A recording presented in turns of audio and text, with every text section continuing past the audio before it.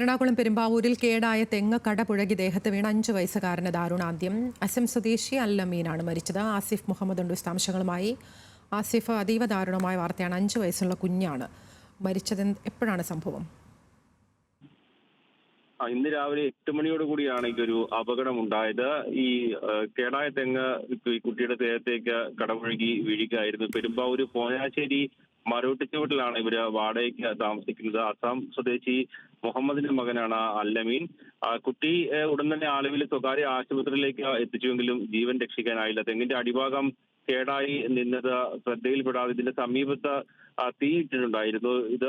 ഈ തീയിട്ട സമയത്ത് അതിന്റെ ചൂടേൽക്കാനായാണ് ഈ കുഞ്ഞ് അടുത്ത് വന്ന് നിന്നിരുന്നത്. ആ സമയത്താണ് തെങ്ങ് കുഞ്ഞിന്റെ ദേഹത്തേക്ക് മറിഞ്ഞു വീണത്. എന്തായാലും ഇപ്പോ കുട്ടിയുടെ മൃതദേഹം ആലുവ താലൂക്ക് ആശുപത്രിയുടെ മോർച്ചറിയിലാണ് ഉള്ളത്. രാവിലെയാണ് ഇത്തരത്തിൽ ഒരു അപകടമുണ്ടായത്. 5 വയസ്സുള്ള കുഞ്ഞാണ് മരിച്ചത്. ആശുപത്രിയിൽ എത്തിച്ചെങ്കിലും ജീവൻ രക്ഷിക്കാനായില്ല എന്നുള്ളതാണ്. വിശദാംശങ്ങൾ നൽകുകയായിരുന്നു ആസിഫ് മുഹമ്മദ്.